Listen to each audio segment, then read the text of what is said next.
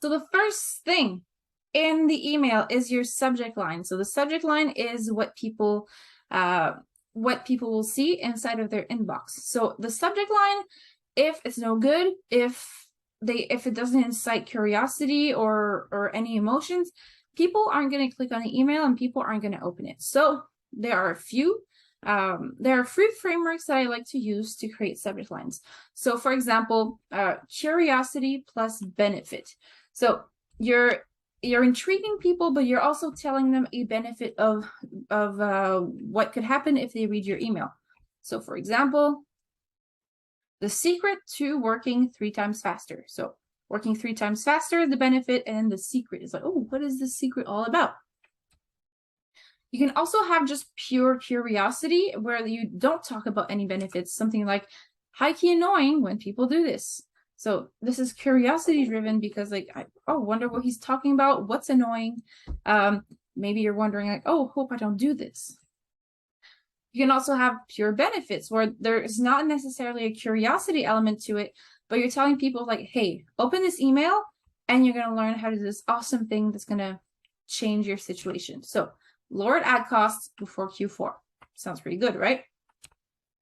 You can also try the shock effect or bazaar. So this is a good way to stand out in a really crowded inbox. So for instance, I got jumped by a bike thief.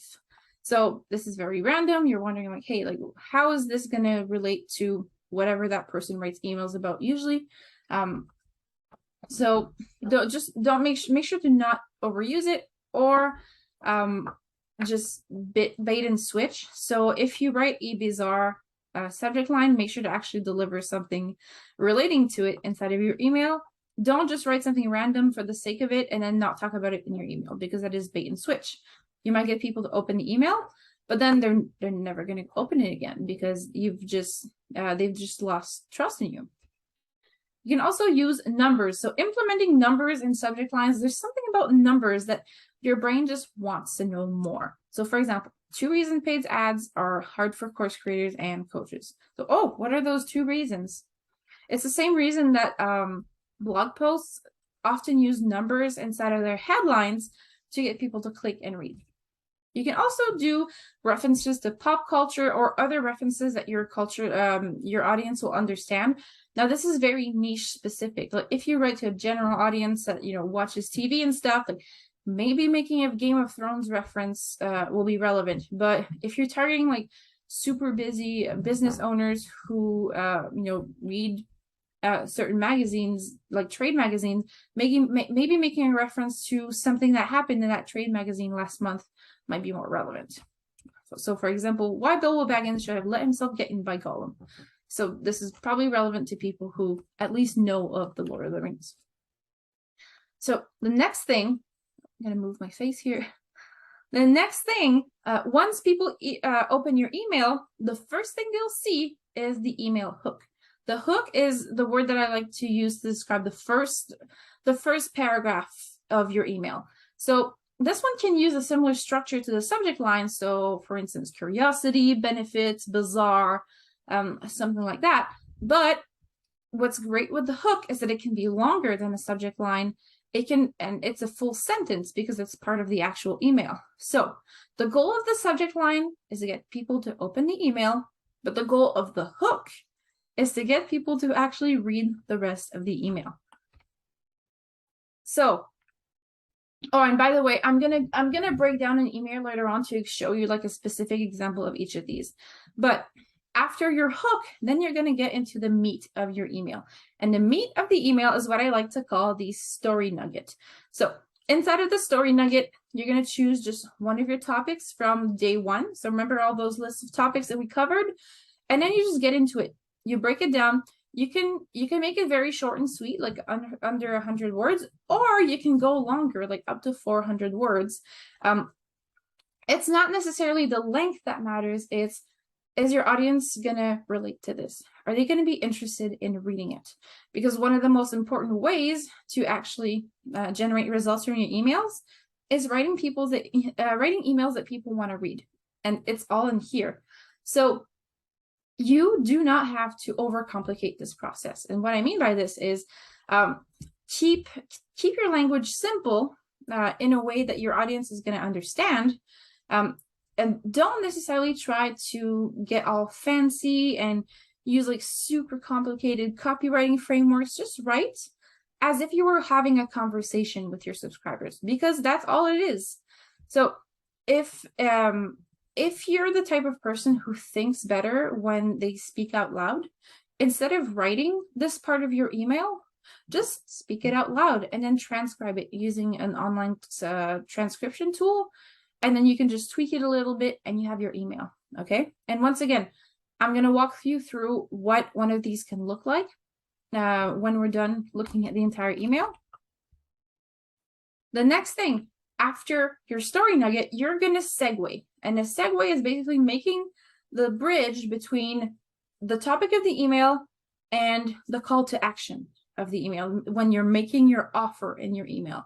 So you can use phrases like, here's the thing, or no, what else?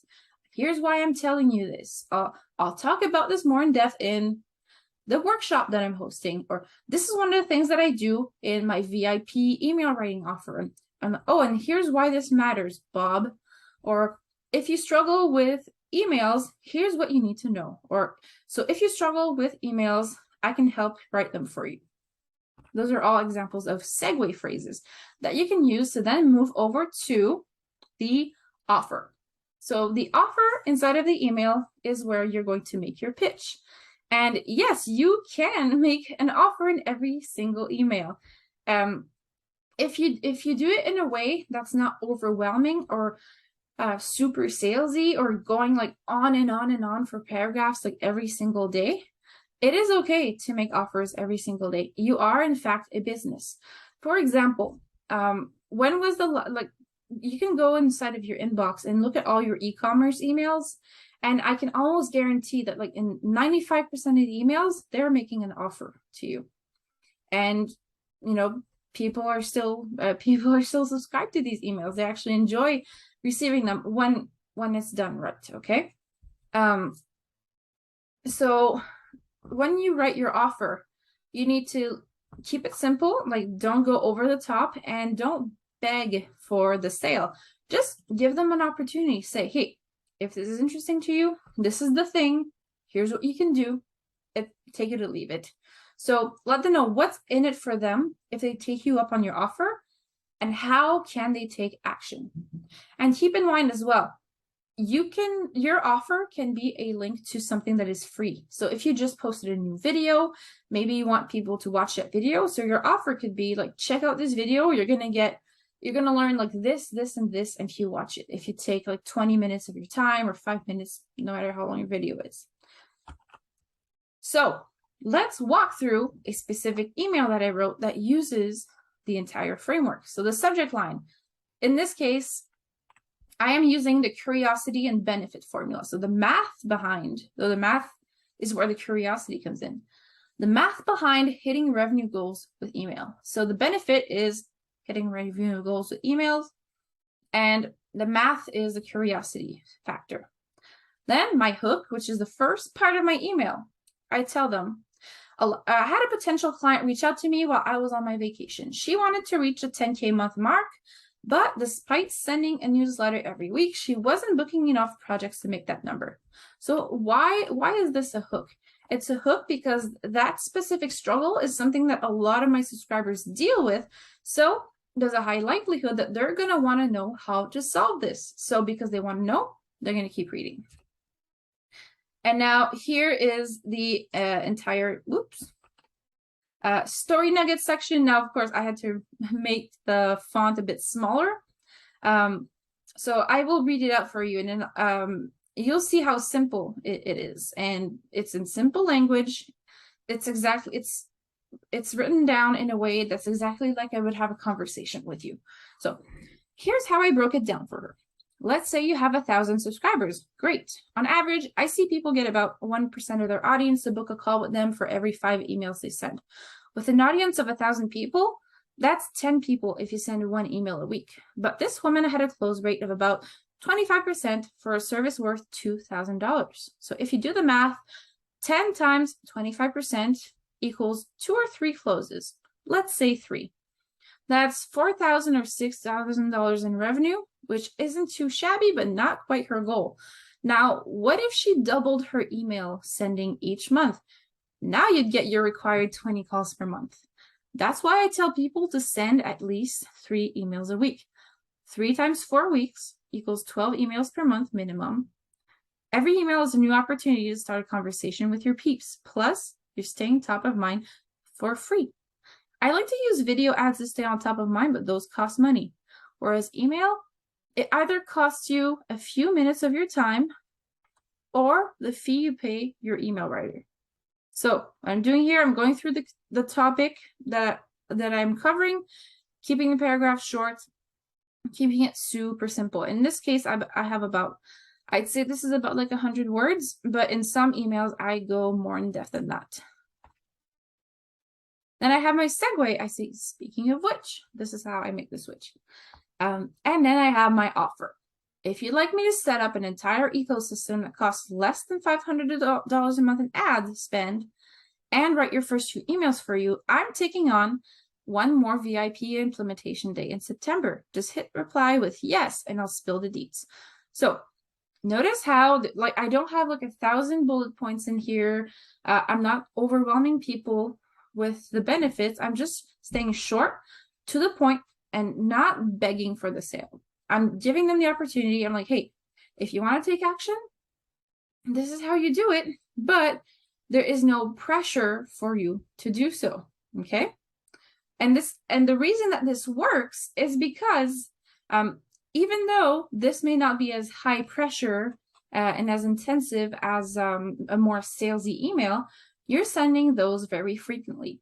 So as time goes on, the story nuggets section of your email is nurturing people, is getting them to trust you.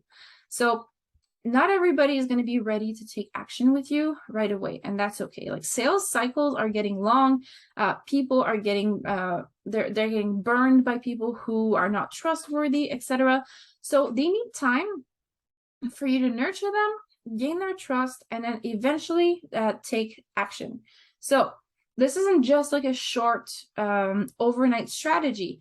It is a long-term thing where you keep showing up every day in people's email lists, and you keep making that offer. And unless you're like if you're putting that offer down people's throats, they're gonna back away and be like, whoa, calm down. But if instead you're just letting them know, like, here, the offer is here, it's a take it or leave it. But even if people don't take you up on the offer, they still got something from reading the rest of your email. And that is why this system works. If you're feeling a bit lost, or if you don't have the time to dedicate to writing these emails on your own, that's why I'm here. So today, instead of hosting a live coaching session at the end of the day, I'm going to give out 4 free one-on-one sessions where we can go over your specific business and what this strategy would look like for you. So when I'm talking about the strategy, I'm talking about the strategy we've talked about during the entire challenge, not just the emails from today. So we can go over and map this out based on what your business looks like. So based on your budget, the type of audience you have, the type of topics you cover, the types of services you have, etc. And then based on that, see if it makes sense to work together or not. Or maybe you just want to take what we talked about and go and implement it yourself, or maybe like hire a virtual assistant to do it for you. So if you'd like to grab one of those free one-on-one sessions, one of the 4 ones that I have available, just drop me a line below. I'm going to personally reach out to you on Messenger. All right, so hope to speak soon.